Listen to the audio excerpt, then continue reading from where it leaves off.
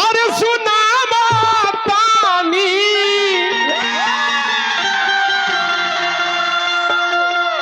अरे सुंदर कहानी ए मालिक भी लड़का बनी। अरे तो पढ़ले बानी अरे तो मनेगा बतानी अरे तो ए मालिक भी लड़का बानी।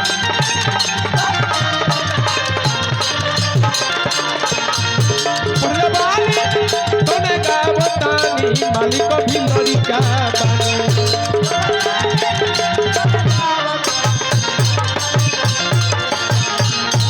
अरे तो सुना बतानी जी एगो सुंदर कहानी सुना बतानी जी एगो सुंदर कहानी।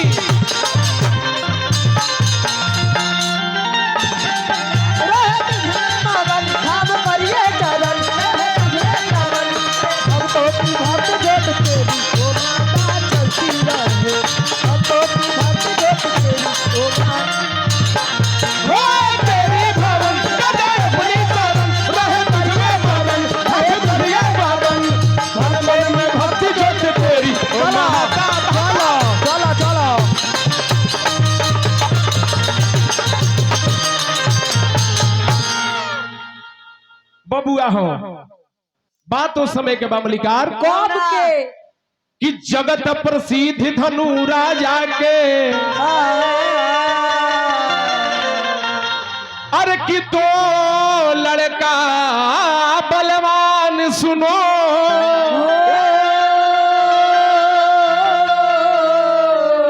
आत्मु के दोनों वीर रहले अरे तया के का बयान सुनो। अभय बाबू जगत प्रसिद्ध राजा धनु के दू गो लड़का रहले एगो के नाम रहे रंभ आ एगो के नाम रहे करंभ।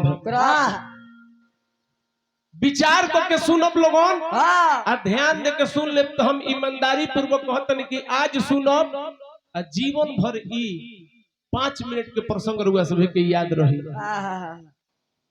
जगत प्रसिद्ध राजा धनु के दू गो लड़का रहले एगो के नाम रंभ रहे एगो के नाम करंभ रहे आ दोनों वीर बलवान रहले। एक समय के बात हो कि रंभ आ करंभ दोनों भाई बैठ के बतियावत रहले। रंभ करंभ से कहत रहे कि बताओ भाई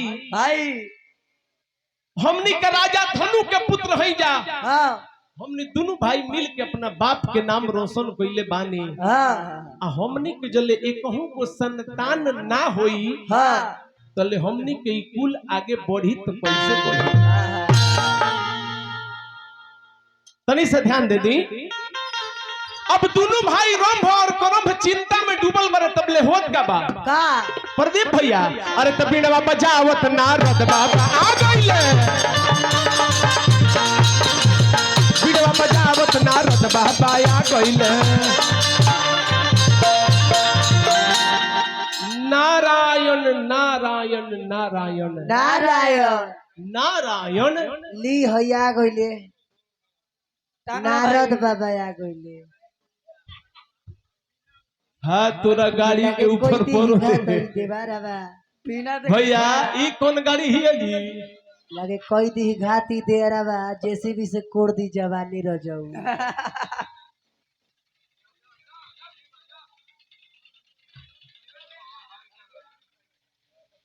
बढ़ा लो भाई तारा गाड़ी के ऊपर परो आगे देखो भाई आगे आगे से बंसी लटका के चलत रहा बबुआ हो भैया हो अरे तपीड़वा बजावत नारद बाबा आ गइले पीड़वा बजावत नारद बाबा आ गइले। ए बबुआ आरंभ करंभ के बतिया बता गइले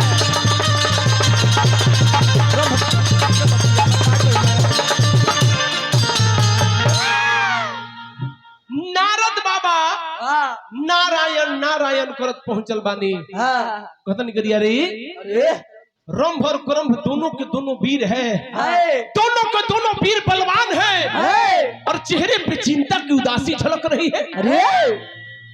आखिर का भइल बा? दोनों वीर बलवान के चेहरे पे उदासी का है? आखिर का है? ई चिंता के कारण का बा?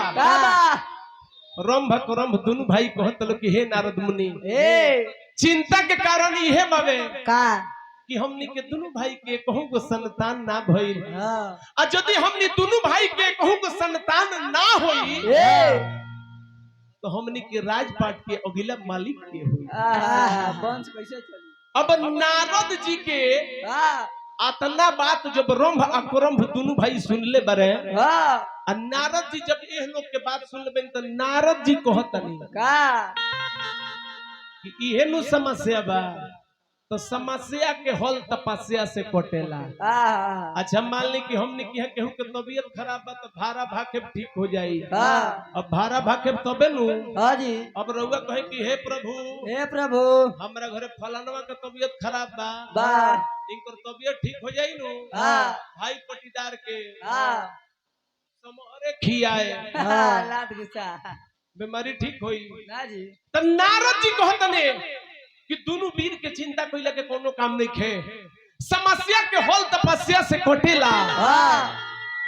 अब दोनों भाई जान जाए कि वाह मास्टर सिटी रोकी साउंड वाला भाई, दोनों भाई तपस्या करे खातिर चलत रे बबुआ हो भैया हो प्रदीप भैया।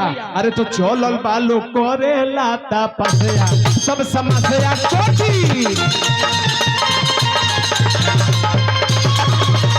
चलल बालो करेला तपस्या सब समस्या कोटी।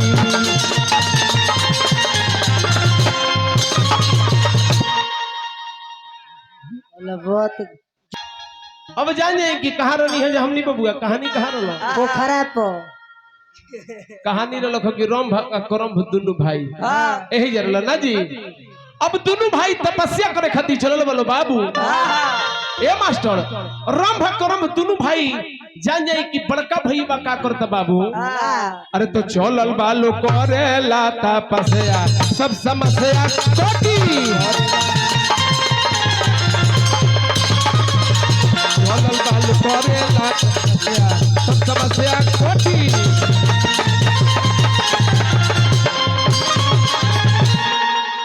दोनों भाई तपस्या करे खातिर चल देले बारे। गौर करब चाचा जी, एगो जन बड़का भईवा रहे रंभ, उ एगो गाछ के लगे बैठ के अब पंचांगनी माने कि 5 प्रकार के आग तैयार करके पंचांगनी पैदा करके आ लागल अग्नि देवता के खुश करे।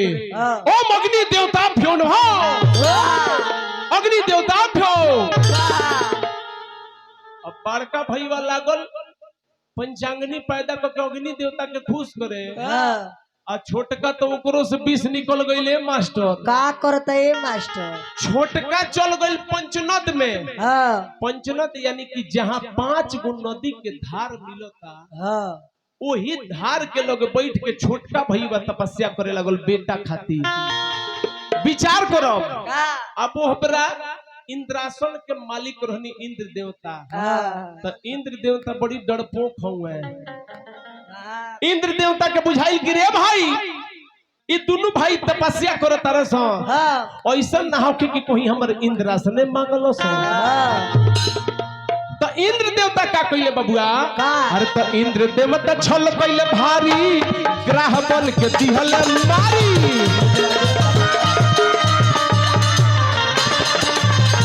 इंद्र देवता छल कइले भारी, ग्राह बन के दिहल मारी।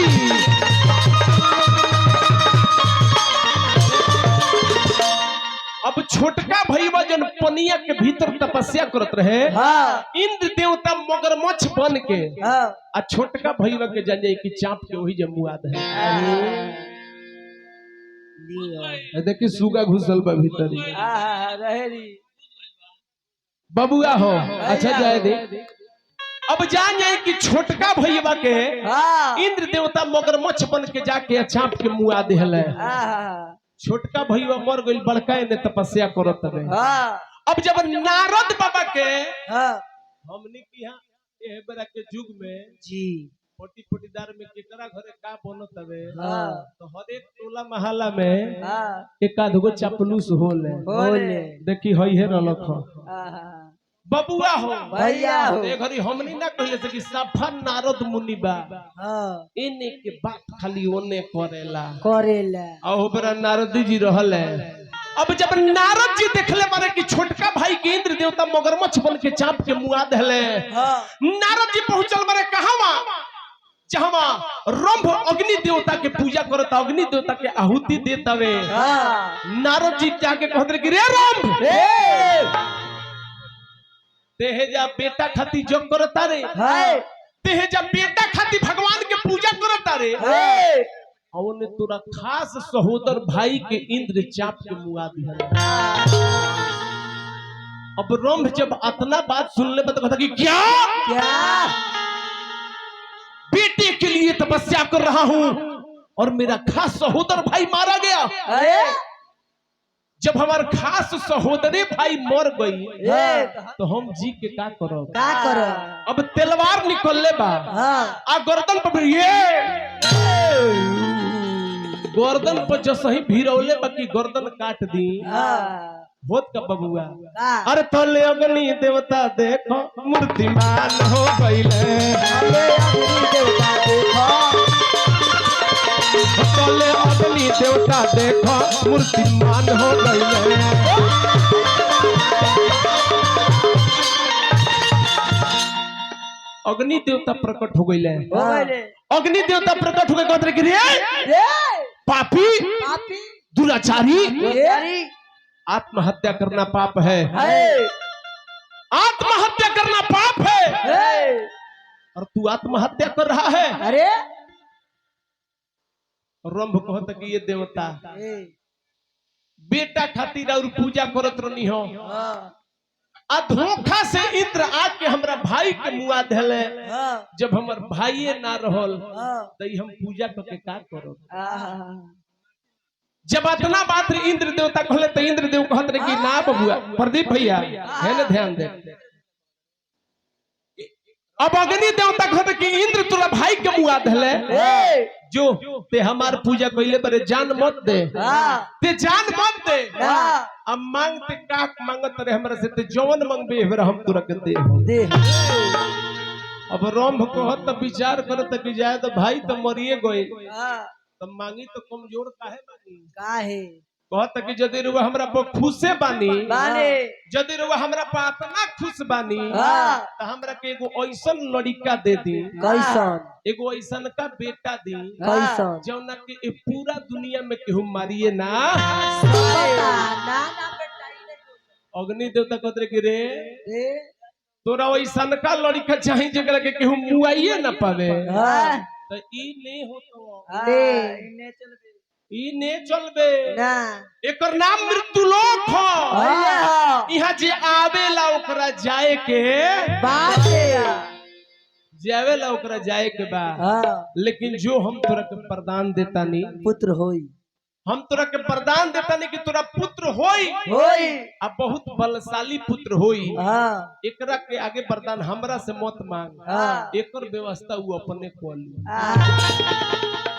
अब रंभ जब इंद्र देवता के अतना अग्नि देवता के अतना बात सुन ले बा अग्नि देवता की बात सुन के रंभ खुश हो गई आ खुश होकर रंभ कहता कि जाइए सरकार हुआ हमरा के आशीर्वाद दे देहनी।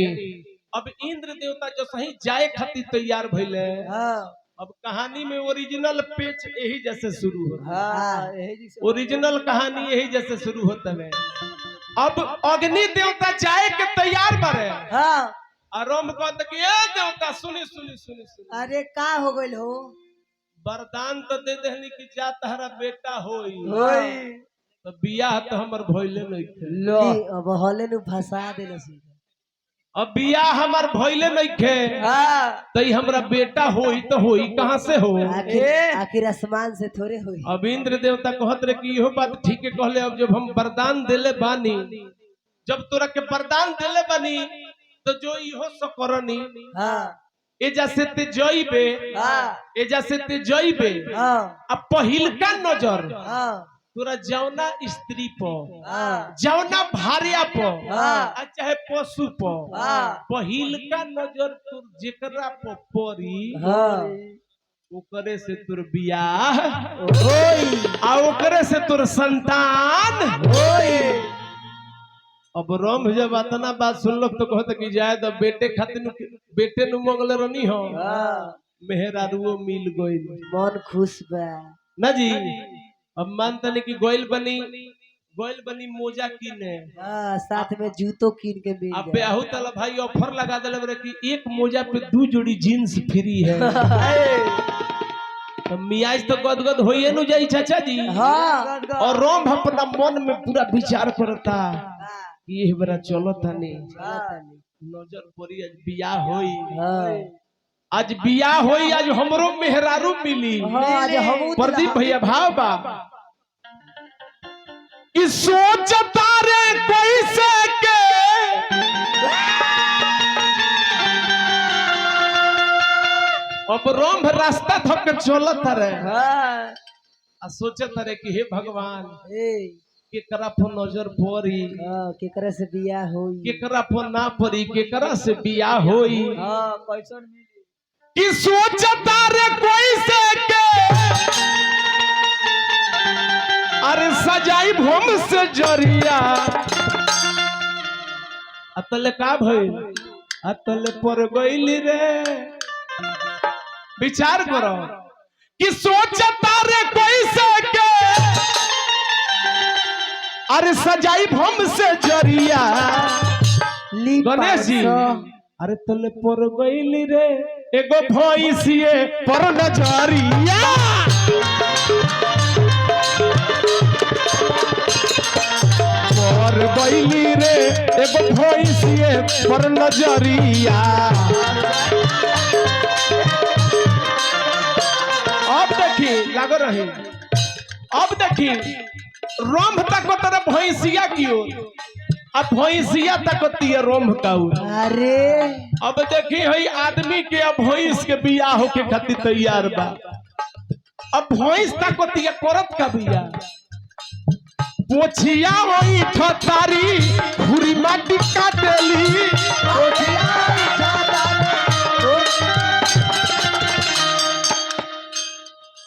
भैंस पोछ होई ठतिया आ खुर से माटी काटतिया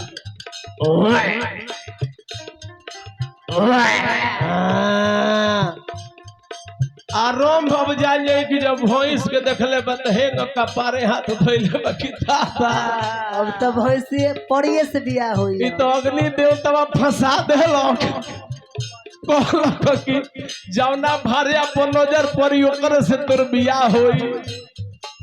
अब भैंसो रहे तो कोनो आम भैंस ना रहे बबुआ वो भैंस पाड़ी रहे राजा महिष के वो बेटी रहे जौना के नाम महिषी रहे उस शराब बस भैंस बन रहे महिषमती पाड़ी रहे बबुआ हो पोछिया होई ठतारी खुरी माटी काटेली रही रही महिष होती रंभोरिया काटेली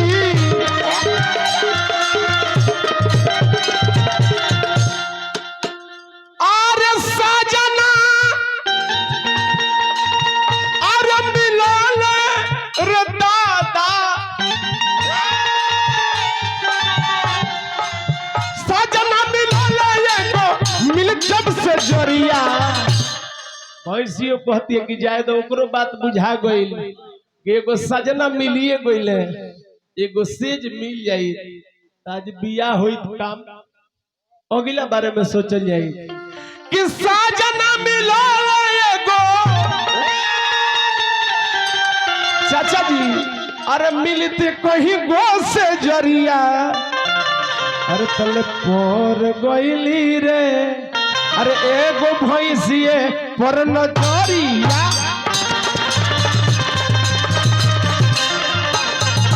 पर गइली रे एगो भैंसिए पर नजरिया।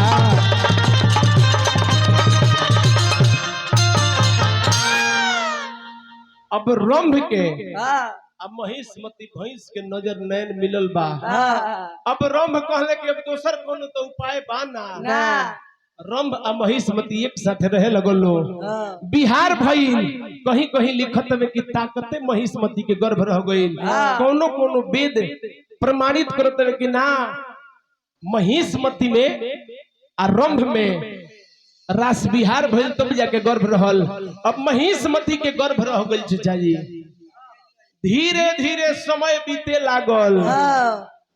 बबुआ हो जैसे जैसे समय बीतत हवे रंभ सोचत रहे कि कैसन लड़का होई कैसन लड़का ना होई। ए मलिकार एक समय के बात हो कि खुला मैदान में दोनों बेकत टहलत रहे लो भैंस महिष्मती आ रंभ।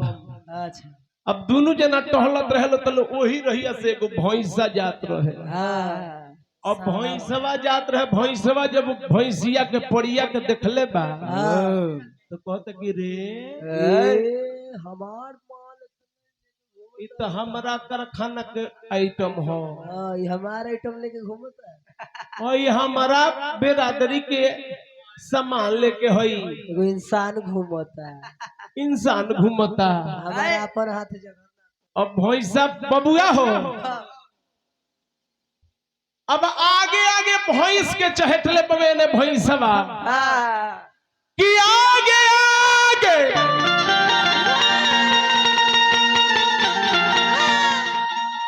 अरे भैंस रे भगली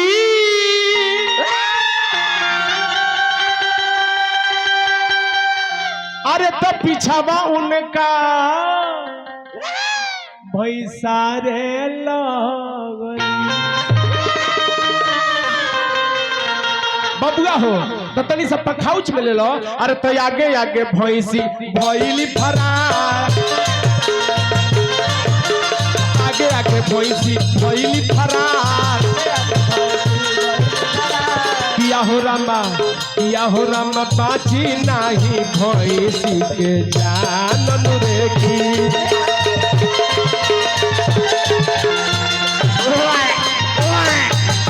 बाची नाही भैंसी के जान रेखी।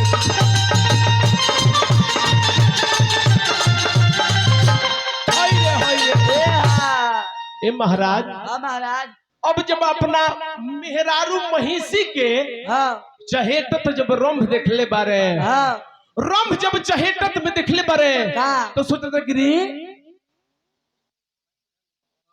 रे भले भैंस हियो लेकिन हमर भार्या हियो हमर पत्नी हियो एकरे से हमर संतान बढ़ी। आई भैंसा एकरा साथे घात करे खातिर तैयार बबे। रंभ ना आओ देख लेना था आ जाके भैंसा से लड़ाई लड़े लगले बबुआ हो। अब रंभ जाके भैंसा से लड़ाई करे लगले। अचानक भैंसा सिंह लेके रंभ के पेट में मार दिया। भैंसा अपना सिंह से रंभ के पेट के फाड़ देलक। रंभ के वही जब प्राण छूट गई। रंभ के जब प्राण छूटल बा मालिक महिष्मती भैंसे रहली त का एगो निम्ना घर के लड़की रहली। शराब बस भैंस हो गई रहली। रंभ के लाश के लगे जाके बैठ के लगली रोवे।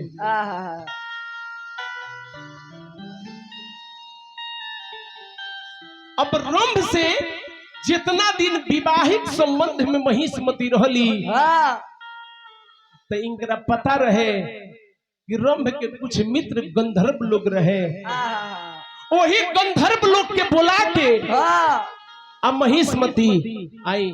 बड़ी देर बाद पैसा लौकता है भैया। अच्छा तो इन्हें लौकबो ना करे। हाँ हमरा बुझाइल कि टाउन है तो बहनी ठीक चली लेकिन बहनी निकालत नहीं आके सारा बुढ़ऊ झाड़। अजीत कुमार सोनी बहुत बढ़िया लयदार। अरे तो सोनार हो अंगूरी खाली है बा। अच्छा ना गणेश जी के बहनी ठीक बबुआ हो भैया हो। अब देखिए कि महिष्मती रंभ के लाश के लगे बैठ के झरझर रोवत रही।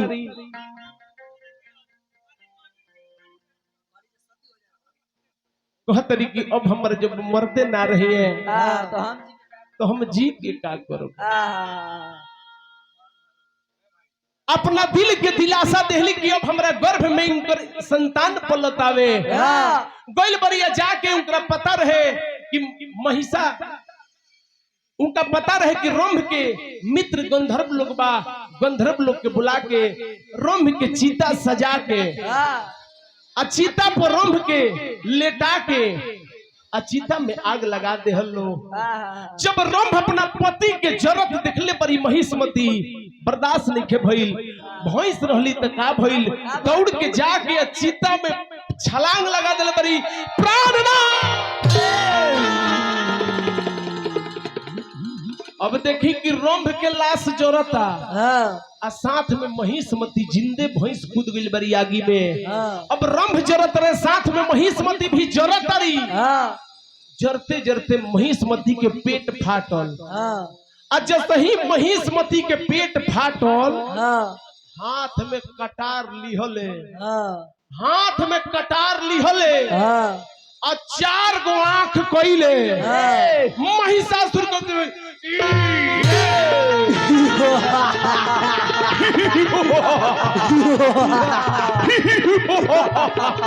आइए महिषासुर।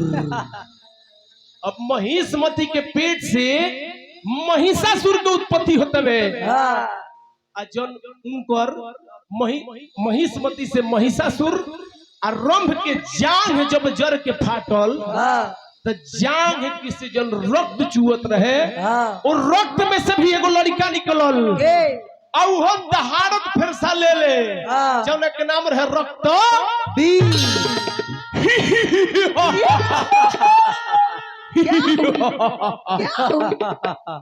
अब जान जाए कि महिष्मती से महिषासुर और रक्त से रक्त बीज।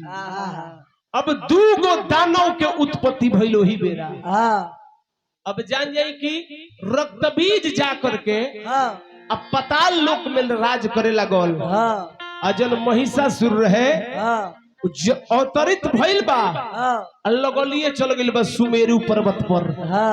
सुमेरु पर्वत पर जा करके 10 वर्ष तक ले ब्रह्मदेव के तपस्या में विलीन भइल बे। कहानी हमनी के अभी तत्काल में यही जब खरी परी लागी।